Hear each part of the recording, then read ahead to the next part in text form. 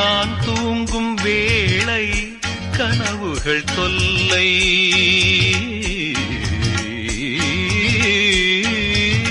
நான் தூங்கவில்லை கனவுகள் இல்லை மெய்யா